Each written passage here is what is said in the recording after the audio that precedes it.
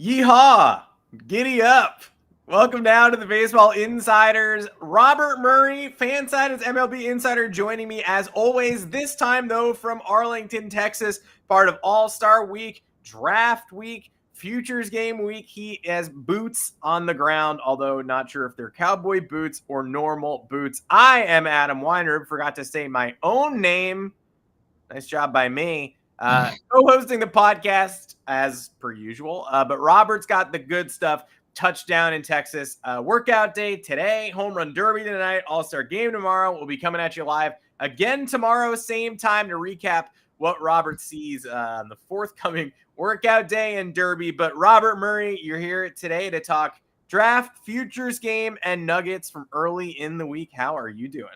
I'm doing great, man. I do want to clarify, no such thing as a cowboy boot for me because I'm an Eagles fan. No such thing as anything Cowboys related for me. Mm-hmm. But the All-Star festivities have been awesome so far. Been here for about 36 hours and been meeting with a bunch of different people, having a blast. Got the home run derby tonight. We got the All-Star game tomorrow. It's going to end up being an absolute rat race. It's going to be a lot of people that I'm talking to. I'm going to be learning a lot of different stuff because I already have. So it should be a fun show. Adam Weinrib, how are you? I'm good. All-Star break is maybe my favorite time of the baseball season, which I know is weird because there's no live competition, but a little less weird when you remember that I root for the team that blew a 5-3 lead in the ninth yesterday to head into the break with back-to-back errors against the Baltimore Orioles. So psyched for no baseball, but I'm an All-Star fan, mini historian. You know when you just have weird information that sticks in your brain? Like I can look at an All-Star from 2002, like a name of a guy, and be like, he made the All-Star team, pretty sure. Even like the one-off guys, like John Jaha, always, like guys like that always means that they ring my bell. I'm like, oh yeah, right, that guy's on the All-Star team. Like I absorb rosters. I love this week, and I'm really excited to find out what you learned. But let's start off with an ad read, obviously. What's up, baseball fans? Like myself, like Robert, DraftKings is offering a fantastic sign-up bonus for new users. New customers can place a $5 first bet on any sport to instantly claim that $150 in bonus bets when you sign up with our code Baseball Insider. Best part is you'll receive your rewards even if your first bet loses. Using our code Baseball Insider not only gets you these bonuses, it also directly supports our podcast. You've been considering signing up for DraftKings, make sure to use the code Baseball Insider to maximize your first bets. This offer is only available to new customers who are 21 plus and physically present in legal gambling states. Please remember to always gamble responsibly and check that episode description for the full terms of the offer to see if you qualify. And while we're here, no better time to get into the Discord channel with Robert and I than right now, with the trade deadline around the corner, officially just over 2 weeks away. If you want scoops, if you want tips, if you want to ask Robert questions, now is the time. You can get in at the all-star level if you want priority question asking in the chat, as well as private stream with Robert and I once a month. If you want to get into the rumor mill level, you can still ask questions and get insights shared. It's a very fun time. As always, a lot of Discorders in the comments. And Robert, we're definitely going to be sharing nuggets there over the next couple weeks. And I already have. If you were in there last night, you got to have some definite access to what I was hearing from the draft. I was very confident. I knew as a fact that Weatherholt was not going number one. And I had a very strong hunch he was not going in the top three. And I dropped that in the Discord before the draft. And lo and behold, that's exactly what happened. I was able to answer some other questions from specific teams and give some insights into what was going on in their war room. So it was everyone who was in the Discord last night knew what was going on with the draft. And especially over the next 3 weeks, you're going to know what's going on in the trade market. So I could not recommend more joining that. So it should be a good time. I appreciate that, Jacob Zanola. I am 1-1 in every draft here.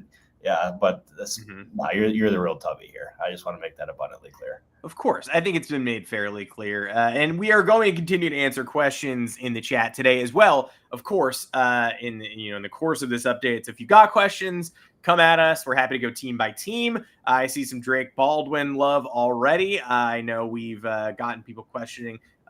We could touch on the Braves. We certainly will touch on the Braves today and in future episodes. Let's start with, the start of your All-Star week, because I know you mentioned to me that, hey, the Futures game and the surrounding events of the Futures game are a great time to interface with, the key baseball people and personnel. Rather, obviously it's a great event, but it's also sort of a good melting pot in the wake of that event to make sure that we, get some good info. So you landed in the middle of the futures game, basically, but you still were able to interface with plenty of people. What tidbits have you picked up so far? Yeah, I landed in the beginning part of the game yesterday for the futures game, or 2 days ago. All the days are blending in at this point already. And I got to the ballpark around the fourth inning, give or take, and I was able to pick up some different little things here. First off, I can confidently say I'd say about 95% of the people that I was talking to seemed to think it could be a pretty quiet trade deadline, which is probably not the best tease by me in the entire world, but that's just, I'm in the business of giving it to you giving to you like facts. I don't want to lie to you guys, but as of this point, there's just so few sellers and so many buyers that it just makes it real tough. And there's teams that just aren't ready to pull the trigger on moves quite yet. Obviously, we had the trade the other day between the Nationals and the Royals, but I think that's more of an exception rather than what is going to. I don't think that's going to be the new norm here. I don't think there's going to be a bunch of different deals here. But I would say that is one of the things that I picked up. I do think that Garrett Crochet is ultimately going to be traded, but I don't think it's necessarily a lock. If you look at his workload, he's thrown 107.1 innings so far this year. And in the previous 4 years combined, which is including one season that he missed for Tommy John surgery, he threw around 70 innings. And it wouldn't surprise me if teams have like a certain pause and wonder how many innings he could have left in the tank. I know the White Sox are kind of downplaying those concerns both privately and publicly. But I wonder if that's something we could end up hearing about over the next few weeks. But I don't necessarily think it's a lock that Crochet is traded, but I think the odds are in the favor of it ultimately happening. I think Luis Robert Jr., I think the odds of him getting traded, I think there's a fair shot of that for sure. Wow. Both of those guys are controllable too. And the White Sox are making that very well known that they don't have to trade them now. But I think there's going to be so much interest in both that there's a real possibility that at least one goes, maybe both. Who knows? But that's at least where things stand right now. I do know that the Padres and the Dodgers, hello, Drew, both the Padres and the Dodgers are looking for starting pitching help, which should come as no surprise whatsoever. But yeah, both of those teams are in those markets. The Texas Rangers, I think it's increasingly unlikely they sell, especially after what Max Scherzer said in foul territory the other day. So I don't think the Rangers look to sell. I think they'll keep doing what they're doing. But those are like the biggest notes that I've learned so far. I'm sure I'll be learning plenty more today and also tomorrow. But good news for everybody. There's another show tomorrow. But we got more stuff that we're going to dive into here in a little bit. Yeah, there sure is another show tomorrow. We want to get all we possibly can squeeze out of these couple days and then back at it. Another reminder, good reminder that Monday, Tuesday, Friday this week to give you guys the 3 shows a week pre-deadline. But next week, Monday, Wednesday, Friday, make sure to get those 3 shows in before deadline week to give you all that we can. And we'll give you a deadline week schedule as that approaches. But again, no Thursday show the next couple of weeks. But that doesn't mean, no show? Like they're backing out of a show? Those chumps? No, we're moving it. We're doing extra shows to give you the good stuff. We'll be right back here at 1 o'clock Eastern tomorrow, filling you in on Derby Nuggets and a little pre-All-Star Day buzz. But good reminder in the comment section, everybody's asking about their top prospects from the futures game.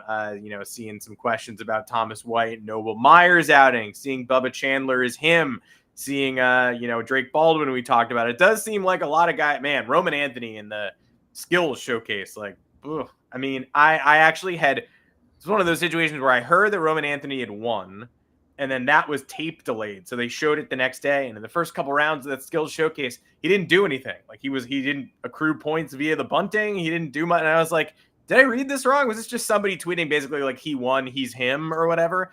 And in the home run derby portion, he just blasted 400 laser balls until it ended. I was like, oh, okay, that makes more sense now. So he blew me away. Tamar Johnson mic'd up also. I was like, that guy's a not only a stud, but like a very fun listen and someone who's got a personality that can carry him. But which top prospects from the futures game impressed you most in what you saw, and also just in the aftermath, whose names did you hear thrown about?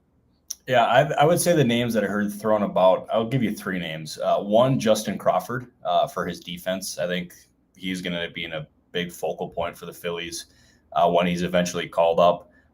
Cam Collier, I might be mispronouncing his name there, but he's 19 years old, and he hit a home run in that ballpark yesterday or 2 days ago. And props to him. He's got mad power, and his future is very bright there. I know there's some scouts that I talked to that are very high on him. But I would say the guy who I heard the most about would be Emiliano Teodo. He's the Rangers, one of the Rangers' pitching prospects. He faced 6 batters, got through all 6, and did so in 14 pitches, and he threw 12 strikes. It's a pretty darn good outing and darn good showing for him.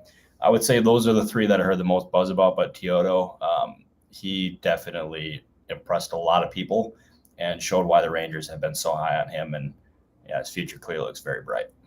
Yeah, Teodo was one where at the start of the futures game, they said he was going to go 2 innings. And I was like, they don't usually do that. They're trying to cram all these pitchers at, like, I don't know. That doesn't sound like the wisest move and good use of resources. But if you can get through it on 14 pitches and steal the narrative and blow everybody away, then yeah, I think it made sense. Yeah, no, that'll work. That'll definitely work.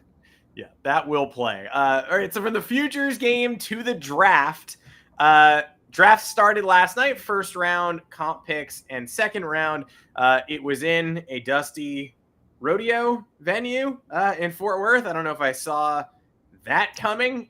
Were you on site for this? Did you go to the rodeo, or were you just sort of working behind the scenes? Oh, I was there, so I got to see it all in action, and it was definitely a very unique venue. I liked it though. I know there was some people that were in the draft rooms for either agencies or teams that were texting me just clowning on it, but I honestly kind of liked it. It was definitely a different feel, and it was cool. It was like, I don't know how I'd want to describe it, but it wasn't packed by any means, but like it was still a lot of people there, if that makes any sense. And it was a good venue. It was a cool environment. I think the worst part of it all was the credential pickup for that. That was probably the biggest pain in the butt that I've ever encountered. So, I mean, it was cool environment. I did learn a lot in the moment. I was not planning on tipping picks going into that. And all of a sudden they just fell into my lap, and I did some digging and was able to report some. But before we end up getting into my draft notes, I'm very curious, everyone. Are you a fan of me tipping the picks, or should I not do that in the future? I would love the input there. Yeah, that's a great point. I mean, it was as someone who has Robert Murray Twitter notifications turned on, it was a valuable resource. And I was happy to see you doing it. But yeah, chime in the comments and let us know. Also, I mean, if you can't get video from War Rooms, at least you can get Robert Murray tweets tipping the picks. I was more surprised than I expected to be. I talked a little bit with Kylie McDaniel on a media call last week, and he sort of noted, he didn't know that. I think it was the top 12, basically. He was like, I could probably rattle you off the top 12 picks of next week right now. Maybe not in order, but I'm fairly confident in the names. And I guess ultimately things shook out that way, but I wouldn't, while he was probably correct, I would say that the order was more surprising than he was hinting at there. Nick Kurtz, 4th overall, kind of blew me away. Kind of blew him away too. If you watch that video of him reacting, getting selected by the A's.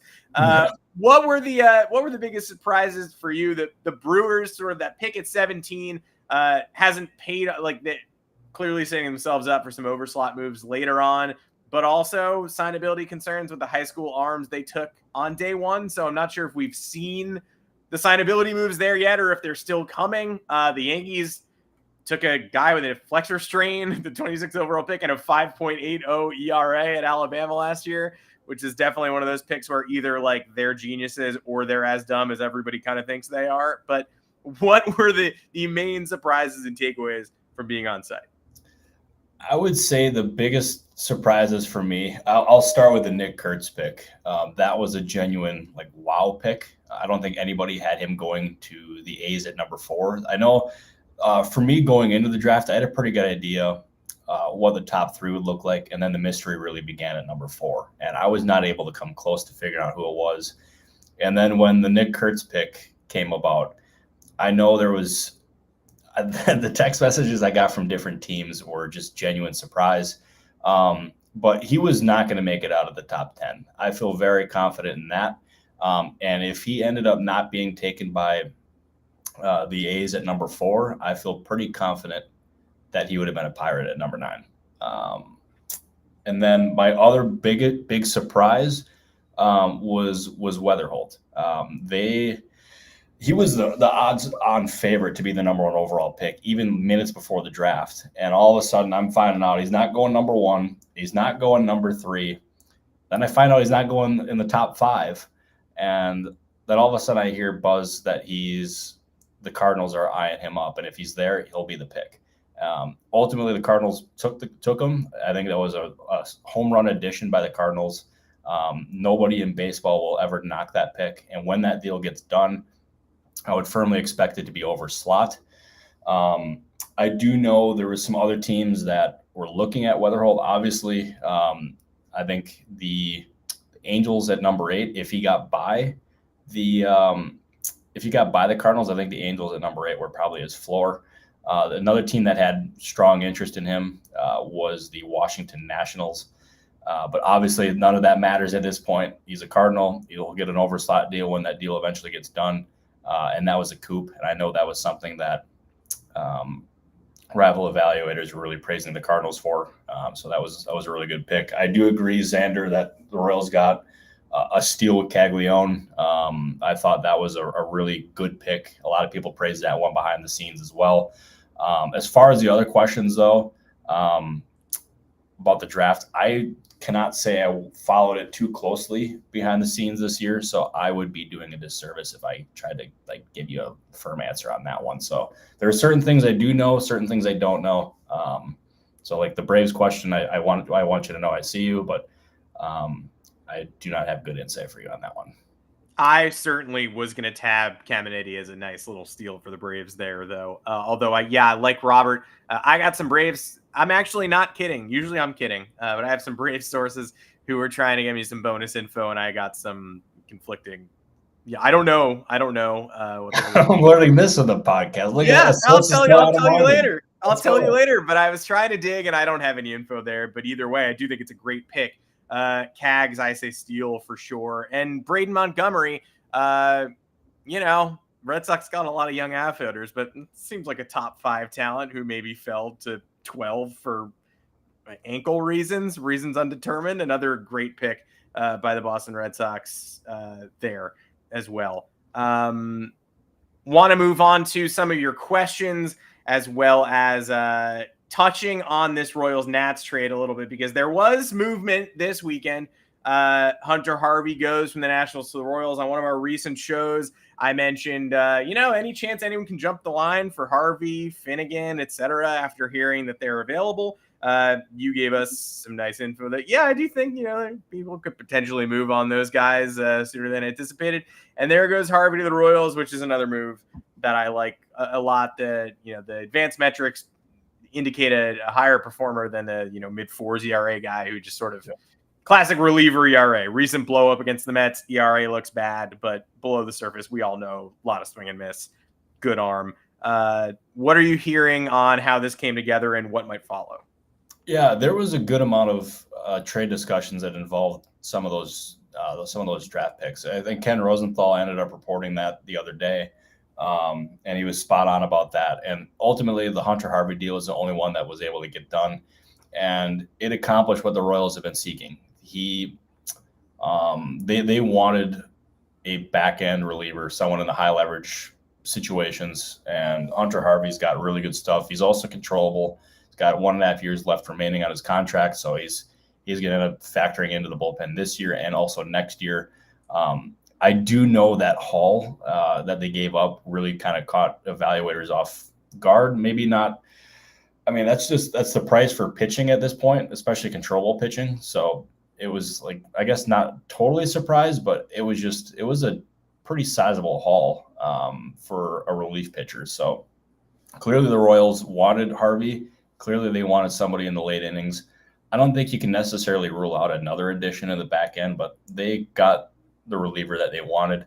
I know I've been connecting Jason Adam to the Royals on this show before. Plenty of times, actually. I still think Adam is going to draw plenty of trade interest, but the need for him in Kansas City is not as big as it once was. But this is just going to end up beginning to what's going to end up being a sell for the Nationals here. They got plenty of trade pieces. I do think the name that really is worth watching is Kyle Finnegan. They're another really very good reliever.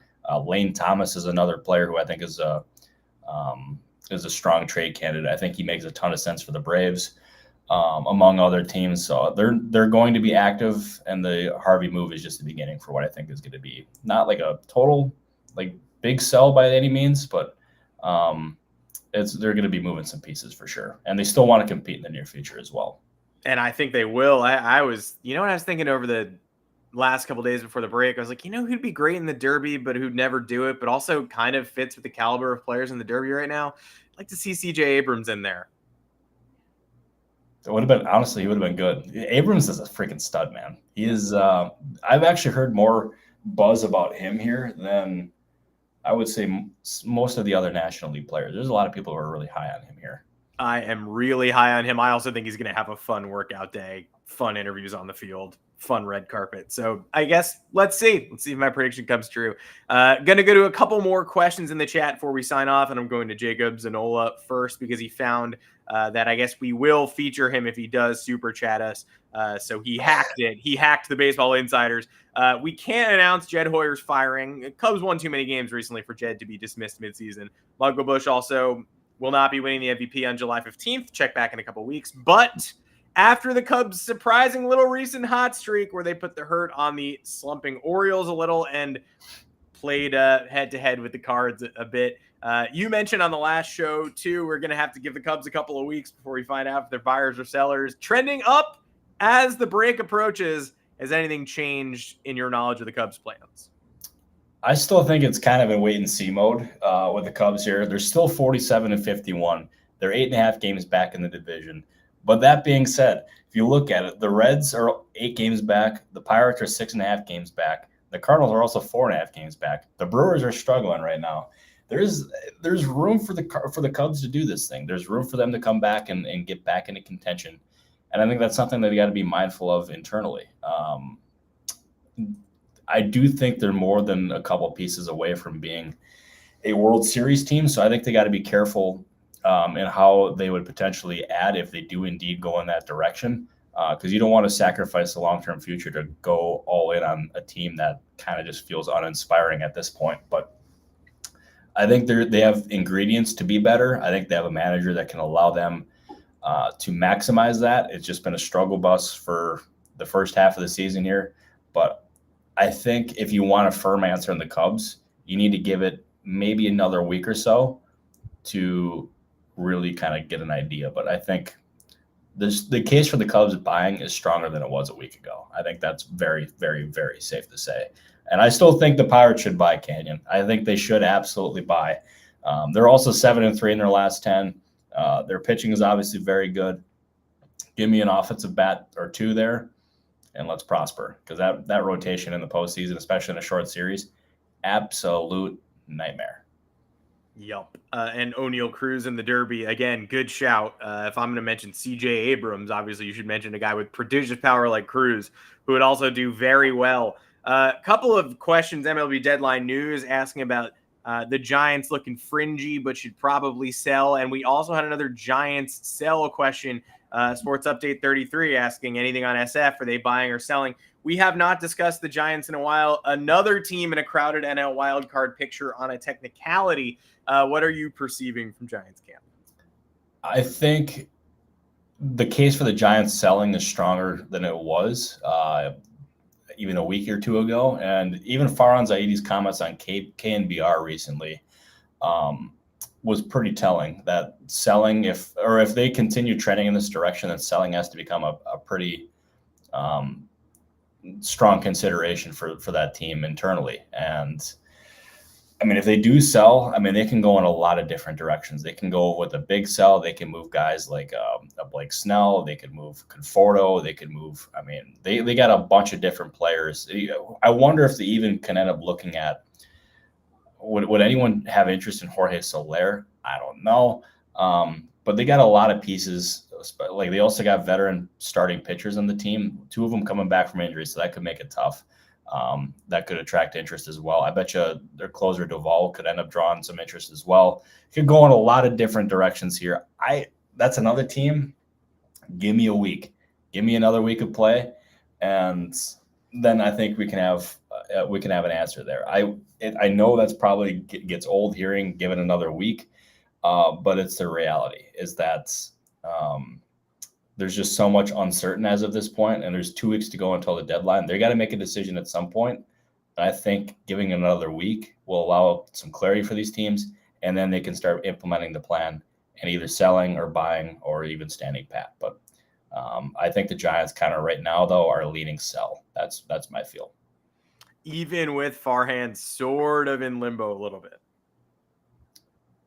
That's a good follow-up question. That complicates the equation for sure, because desperate presidents of baseball operations or even desperate general managers can make decisions that they necessarily wouldn't do if their seat wasn't hot. So I guess we'll see. I'm still leaning sell, but again, like who knows at this point? It's going to be. Just give it another week. Just give it another week. Of course. Gonna go way back to the top on this one because I want to get our new subscriber, Anthony Manzano's question in here about Tanner Scott and Jazz. Anthony, appreciate your questions on the Marlins draft. I do think sort of a reach at 16 there. To answer your question, that in my opinion, I do agree with that consensus. But Robert was mentioning draft specifics towards the back end. I'm not sure if, we got the evaluation on the last couple of picks, but I do think Robert and I pretty agreed upon. Bit of a stretch at 16 there. But it'll be underslot by a good amount. Yep. Yeah. Cool. But yeah, Tanner Scott and Jazz, there was a little bit of nonsense this weekend about the Mariners emerging as the most likely landing spot for Jazz. Not sure we know that necessarily yet, but either way, Tanner Scott, Jazz Chisholm, extremely likely to go by the deadline. Are you hearing anything on the Marlins considering packaging them together? I would imagine they'd prefer sending each their separate way to different spots, loading up from 2 different farms. Yeah, that's the kind of feel that I have at this point. I expect if both of them go, which again I expect them both to go, that they would be in separate deals. And Scott's he's already drawing a lot of interest, and I expect him to go perhaps sooner rather than later. As far as Jazz Chisholm here, if you watched the last show, you were not surprised by his move to second base. There was teams that wanted to see him at second base, and Marlins are clearly showcasing him here. So there's absolutely a reason for him being moved to second base. Call it like you see it, because that's exactly what's happening. I think it's too early, though, to say that the Mariners are the favorites. I think the Mariners are absolutely a team that's interested. I think the Mariners make sense. The Yankees, they've had discussions. The Royals are another team that's been mentioned. And I'm sure there's other teams that have checked in as well here. But I would be surprised if they're both moved in the same deal. I would firmly expect both to be moved in separate deals, and this Marlins team to look a lot different in 3 weeks. Than it is right now. And MLB deadline news, you are as astute as ever. That's good looks by you. Good observation. MLB deadline news blew up my mentions the other day by tagging me in the Kevin Kiermaier piece, and I really appreciated it. It was awesome. No shade. That was great. The comments are also united on the fact that they want to see me in the home run derby. I got a bit of happy feet. I got kind of a nervous toe tap in the box, but I can drive him. I'll probably get one out. I think I could get one out of Globe Life with metal bat. BP perfectly located center cut. I would. Yeah, I'm not going to make any bold statements on this show because people still remind me about eating the shoe, or eating the hat or whatever it was. But if you hit a home run with a metal bat, an aluminum bat. I guess maybe. Yeah. But Andrew, I mentioned the Padres news at the top that they're looking for starting pitching. That's the only news I can report right now. Mm-hmm. No, I'm not guaranteeing I get homer, but I think there's this maybe get one out of there with a metal bat. Let's wrap on the one player who's making me more upset by the day that he is not an all-star, Brent Rooker. Kevin Burns commenting that Rooker's trade value is getting stronger. Do we think he goes in the next 2 weeks? Trade value getting stronger is an understatement. He's got a 942 OPS, 169 OPS plus, 21 bombs, and laid waste to the Phillies at Citizens Bank Park this weekend, something the Dodgers could not do. The almighty Dodgers. Brent Rooker looking like either a piece of the A's uncertain future or an unbelievable get and an unbelievable Brave for the second half of the 2024 season. What say you? I think there is a real shot that Rooker is moved, but I would not go as far as to say it's likely or guaranteed. There's going to be plenty of interest in him. Obviously, his production's been very good. He's controllable. He's also signed for really cheap, and that makes him extremely valuable to a lot of teams. It also makes him extremely valuable to the A's as well. So it's because, obviously they have a very low payroll, and they're going to want guys who are cheap and affordable. But I think the Phillies connection that Bob Nightingale made was absolutely spot on. I think he's a name that's absolutely worth watching. He's been a name that's been asked about from the A's here, but I don't know. I'm not going to guarantee a move, but I think the odds are in favor that the A's are going to end up getting an offer that may be too good to pass up. But we'll see if they ultimately take it. Who knows? That's my feel as of right now. And it's not too late to get him in the All-Star game. Come on, MLB, do the right thing. No, it's probably too late, but would be a good idea, unfortunately. Well, we will be right back here tomorrow, 2 o'clock. No, JK, 1 o'clock Eastern, noon Central, because Robert's on All-Star time. Robert Murray's got to get to the ballpark for a workout day. Derby will be checking in after that tomorrow, early in the afternoon. And then again, after the All-Star festivities, when the second half of the season, even though teams have already played like 100 games, when the second half of the season starts, we will recap the deadline buzz that we hear in the interim, do a final check-in on All-Star week. Robert, really appreciate it, man. This was great. And I'll see you right back here again tomorrow, same time. Darn right, baby. Let's make it happen. I appreciate everyone who tuned in. Adam, I appreciate you doing this. Joanne, producing, we appreciate you. And we'll talk to you tomorrow. Absolutely. Yeah. Shout out producer Joanne. Who wins the Derby? Jacob Hardline. Before we go, Gunnar Henderson. I'm going to go. Hang on. I'm going through the field right now because I want to make sure I'm not forgetting anybody. I'm going. This is tough. I'm going Marcell Ozuna. Final answer. That's my prediction. Gunnar Henderson just feels like the easiest swing to me. The guy who's least likely to tire himself out early and be able to repeat it into the later rounds. And I heard if he makes the final, he's going to bring Carlos Rodon out to pitch to him. So that should be a nice boost for the end of the day. Jesus, can't take you anywhere. I swear. I will say I want it on the record though that I wanted my Bobby Witt. I was leaning toward Bobby Witt Jr. and I panicked and I said Marcell Ozuna. So if it's Bobby Witt Jr., I'm going to be sick.